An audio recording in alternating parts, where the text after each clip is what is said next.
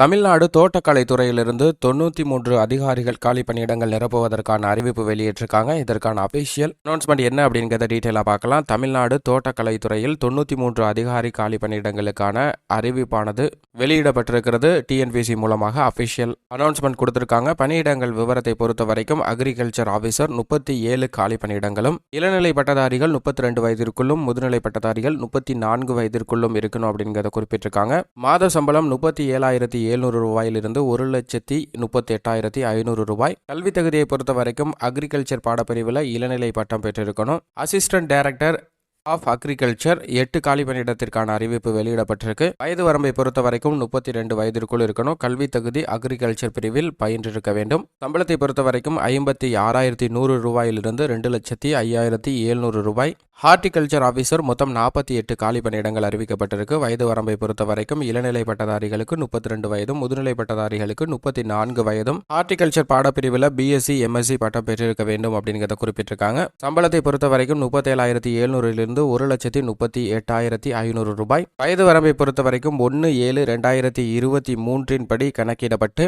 குறிப்பிட்டிருக்காங்க. மேலும் SC ST பிரிவினர், மாற்றுத்திறனாளிகள் போன்றவர்களுக்கு வயது வரம்பு கிடையாது. இந்த தேர்வானது டிஎன்பிசியால் நடத்தப்பட இருக்கிறது. எழுத்து தேர்வு, நேர்முக தேர்வு அடிப்படையில் தகுதியான நபர்கள் தேர்ந்தெடுக்கப்படவின்றன. இதற்கு விண்ணப்பிப்பதற்கு 1 முதல் 10ஆம் வகுப்பு வரை தமிழை ஒரு பாடப்பிரிவாக எடுத்து பயின்றிருக்க வேண்டும். தமிழ் பேச எழுத நன்றாக தெரிந்திருக்க வேண்டும். இது வேலை வாய்ப்பில் முன்னுரிமை வழங்கப்படும் அப்படிங்கிறதையும் தெரிவிச்சிருக்காங்க. விண்ணப்பிப்பதற்கு தேர்வு கட்டணமாக 200 ரூபாய், ஒன் டைம் ரிஜிஸ்ட்ரேஷன் 150 ரூபாய். எஸ்சி எஸ்டி பிரிவினர், மாற்றுத்திறனாளிகளுக்கு விண்ணப்ப கட்டணம் கிடையாது.